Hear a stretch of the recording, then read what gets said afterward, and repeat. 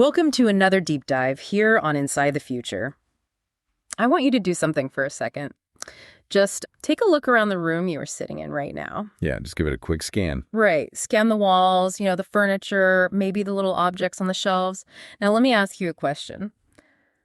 What if there was a hidden camera in this room with you? I mean, most of us, instinctively, we just want to say, oh, of course I would notice it. Yeah, we totally trust our eyes. Exactly. Really? We trust our situational awareness to alert us when something just isn't right. You probably feel pretty confident you would see a lens or, a blinking light. But right now, your brain is actively deceiving you to save energy. It really is.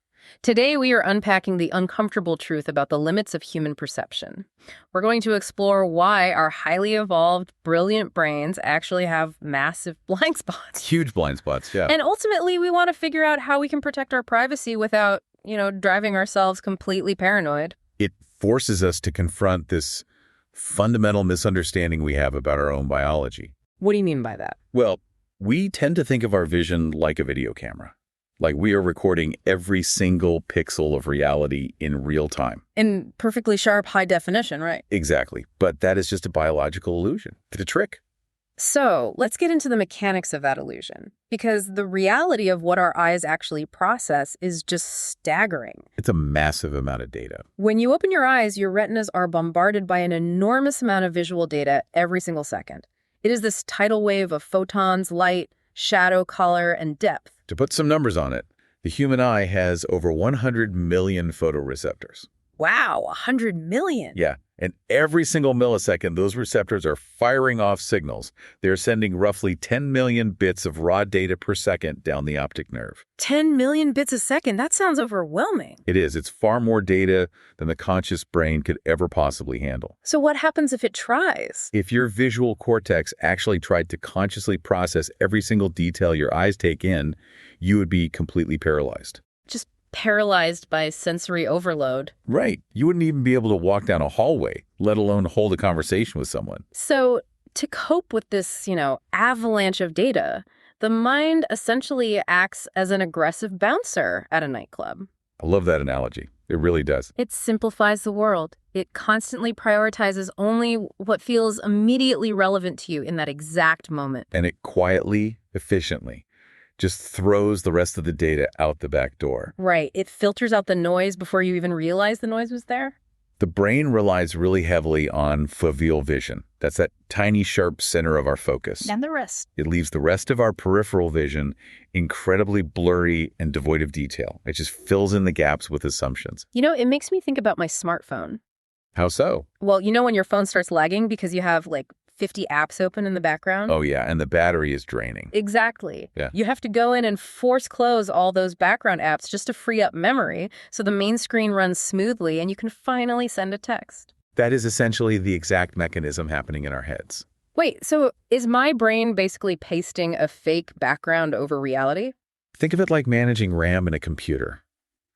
The brain only has a limited amount of working memory. Okay, so it has to conserve processing power. Right. To do that, it relies on predictive coding. When you walk into your own office, every single day, the same room you have worked in for years, your brain doesn't bother rendering every single pixel of that room from scratch. It just kind of assumes it knows what's there. Exactly. It says, hey, this room is familiar, there's no immediate threat, and it effectively pastes a compressed memory map of the room over reality. Which frees up your cognitive CPU to focus on, the meeting you are about to have or the email you need to write. Which perfectly explains why you can walk into that office and completely fail to notice that a coworker moved a chair into the corner. Or that a new picture has been hung on the wall. I've done that so many times. The information is there. I mean, the light is bouncing off the new picture and hitting your retinas. But your conscious attention never bothers to download the update. Your visual cortex literally suppressed the incoming data because it contradicted the efficient preloaded memory map. That is wild. But it's a brilliant survival mechanism, right? Freeing up cognitive power for active problem solving. It is brilliant. Yeah. But that exact same efficiency creates severe vulnerabilities that can be exploited. Right. Because since the brain actively filters out the background to save power, we really have to look at exactly how much we are capable of missing when our focus is dialed in elsewhere. And there is a classic experiment in psychology that proves just how blind we can be to our own surroundings. Yes, the invisible gorilla experiment. Exactly. Conducted by psychologists Christopher Chabris and Daniel Simons. It's so famous. It really is the gold standard for illustrating this biological blind spot. Walk us through the setup of this, because the sheer scale of what people miss in this scenario is just staggering. So the researchers created a very simple video. In the video, there are two groups of people moving around passing a basketball. One group is wearing white shirts, and the other group is wearing black shirts. And the participants watching this video are given one highly specific instruction. What's the task? Count the exact number of bounce passes and aerial passes made by the players wearing white. Which demands a lot of active cognitive bandwidth. Right. You have to visually track specific people moving dynamically, ignore the people in black shirts, and, maintain a running mental tally. It fully occupies your working memory and your visual tracking. So they're super focused. Exactly. The participants are intensely watching the screen, they're counting the passes, and then right in the middle of this short video, a person in a full head-to-toe gorilla costume walks directly into the frame. And this isn't like a shadow darting across the background. The gorilla walks right through the middle of the players. Right through the center of the action. The gorilla stops dead in the middle of the screen, turns to the camera, physically beats its chest, and then casually walks off the other side. Beating its chest, that's insane. The entire sequence takes about 9 seconds. I mean, it is massive, it is dark, and it is right in the center of the visual field. And a shocking number of people just kept counting basketball passes. Roughly half of all the people who watch the video for the first time never see the gorilla. Wait, really? Half. When the researchers asked them afterward, hey, did you see anything unusual? They are genuinely confused. I bet. And when they are shown the video a second time, without the task of counting, they are usually stunned. I just can't get over the chest-beating detail. It's one thing to have someone quickly slip past the background, but this giant primate stops, turns to you, beats its chest, and your brain just deletes it from reality. It deletes it because of a phenomenon known as inattentional blindness. Inattentional blindness. Yeah. Attention functions like a highly focused spotlight. When you direct that spotlight onto a specific, demanding task like tracking white shirts and a basketball lender office, anything outside those specific parameters simply fails to breach conscious awareness. Even a gorilla. Even a gorilla. The retina saw the gorilla, the optic nerve transmitted the gorilla, but the visual cortex suppressed the signal because the gorilla was not a white shirt or a basketball. Okay, so connecting this back to the reality of hidden cameras. If our visual cortex can literally suppress the signal of a giant primate beating its chest right in front of our faces on a screen, it makes total sense why we would miss a tiny silent camera lens hiding in a room. Exactly. If you aren't actively looking for the camera, your brain hasn't assigned the spotlight to find it. It falls outside your immediate task parameters. Right, so it gets filtered out as irrelevant background noise, just like the gorilla. So let's bring this out of the psychology lab and into the real world, because if our brains are deleting bizarre things like gorillas, we are virtually guaranteed to miss things that are intentionally designed to look entirely mundane. That is the core of the threat here. Hidden cameras today do not look like cameras. Right. The era of big, bulky boxes with blinking red lights is long gone. Long gone. Yeah. Modern surveillance devices disguise themselves as the mundane, everyday objects that our brains are fundamentally hardwired to recognize instantly and then immediately ignore. We are talking about objects that are terrifyingly boring. Like what? Well, like smoke detectors, alarm clocks, USB chargers, digital clocks, power adapters, air fresheners, and those little plastic adhesive wall hooks. Yes. The psychology here relies on something called a schema. A schema? Yeah, a schema is a cognitive framework that helps us organize and interpret information quickly. So when you look at an alarm clock on a bedside table, your brain recognizes the general shape, the digital numbers, and the context of where it sits. And it instantly applies the alarm clock schema. Right. And once it applies that label, it stops looking at the details. It stops rendering the fine details because it just doesn't need to. Exactly. It says, yep, that's a clock. Ignore it. This mental shortcut is incredibly useful for getting through the day without sensory overload, but it means that unusual microscopic details completely escape our attention. Details. Like a tiny 2mm lens hidden in the plastic molding right above the digital display. The lens is just swallowed by the schema. Exactly. Yeah. And this cognitive vulnerability absolutely skyrockets when we travel. Oh, for sure. Think about the last time you traveled. You finally arrive at your hotel after a long trip. You are dragging your luggage down the hallway, you swipe the key card, and you walk in. It is the absolute perfect storm for inattentional blindness. Because your cognitive load is just maxed out. You have been traveling all day, so you are experiencing physical and mental fatigue. That immediately reduces your working memory capacity. And your attention is entirely fractured by immediate priorities. Oh, completely. I mean, when I walk into a hotel room, I am juggling 100 things. I'm putting the bags down. I'm frantically hunting down the Wi-Fi password so my emails can finally load. You just want to connect. Right. I'm looking for an outlet to plug in my dead phone. I'm replaying the messages I missed while flying. And I'm trying to figure out where I can get food before everything closes. Because of that massive cognitive load, your spotlight of attention is darting frantically from one urgent task to the next. Nobody stops to just stand in the center of the room and carefully observe the space. Almost nobody. Wait, hold on. I have to jump in here. Because when we talk about this, I feel myself getting a little defensive. Really? Why is that? Because when I travel, I am exhausted. I just want a hot shower and a nap. Are you telling me it's my fault if I get recorded because I didn't sweep my room like a CIA agent? I shouldn't have to play private detective in my own room just to feel a basic sense of safety and privacy? No, absolutely not. It is not your fault, and it have nothing to do with being careless or lazy. Okay, good. This is really about understanding threat modeling. The people designing and placing these hidden devices understand this exact psychology perfectly. So it's basically a form of hostile design. Yes.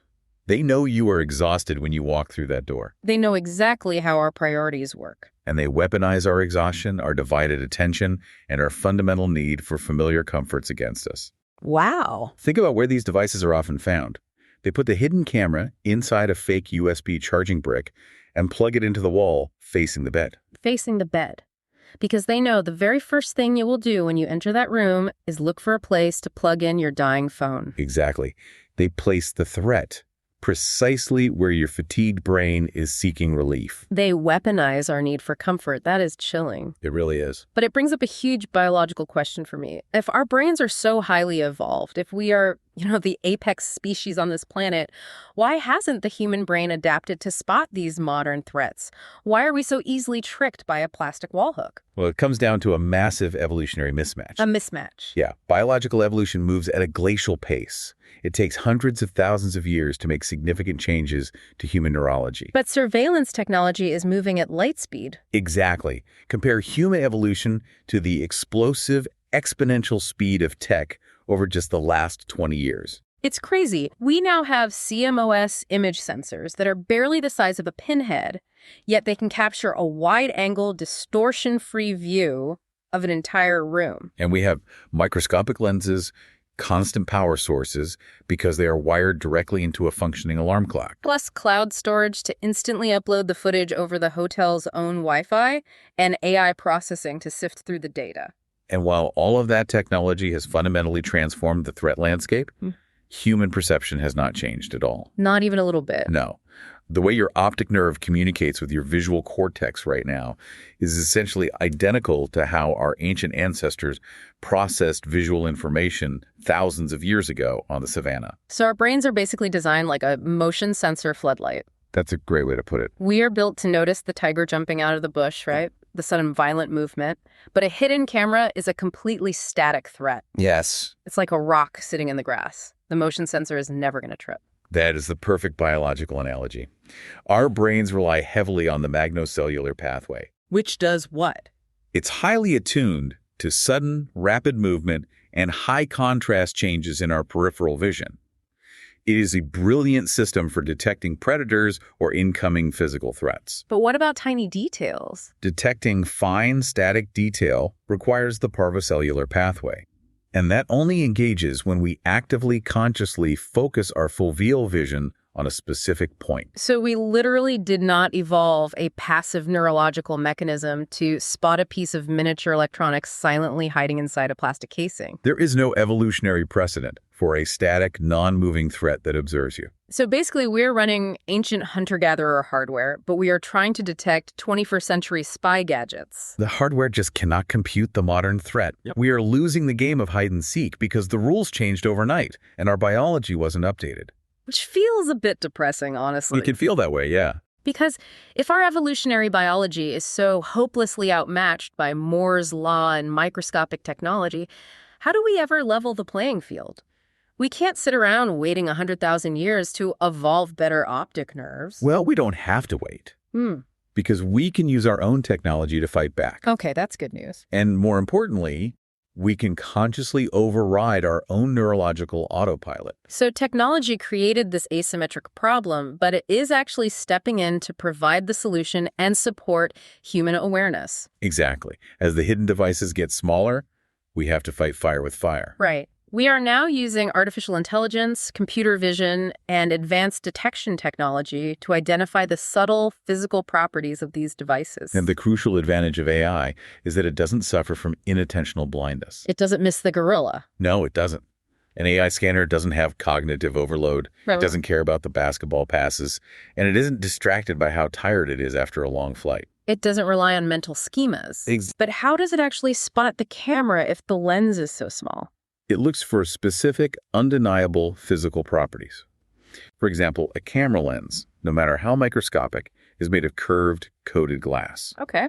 That glass reflects light differently than the flat, matte plastic of a smoke detector casing. If you sweep a room with a specific wavelength of infrared light, the camera lens will bounce back a distinct, highly focused pinpoint reflection. And the human eye naturally skips right over that tiny glint.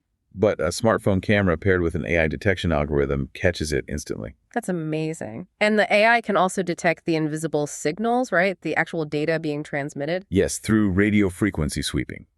Hidden cameras usually need to transmit their footage over Wi-Fi or Bluetooth. Right. So AI tools can monitor the localized network traffic and flag anomalous data packets being broadcast from devices that shouldn't be transmitting. Like an air freshener suddenly sending gigabytes of data? Exactly.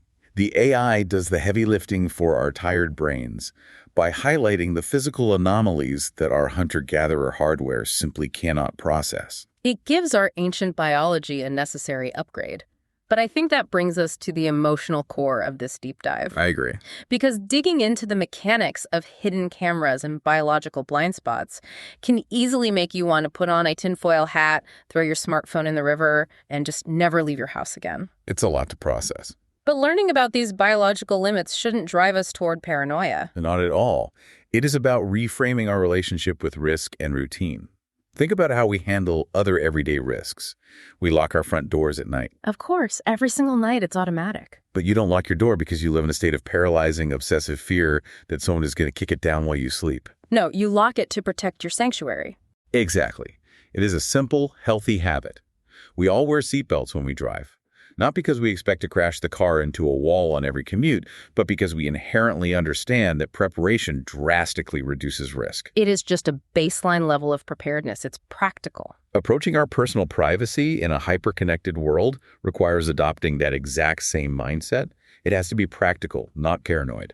So when you walk into a new hotel room, spending just 2 minutes to consciously observe the space, activating your slow analytical thinking to override the brain's automatic filtering is the modern equivalent of locking the deadbolt or buckling your seatbelt. That's exactly it. You take 2 minutes before you connect to the Wi-Fi or unpack your bags. You just stop, stand in the room, and actively look at the objects facing the bed or the shower. You break the schema.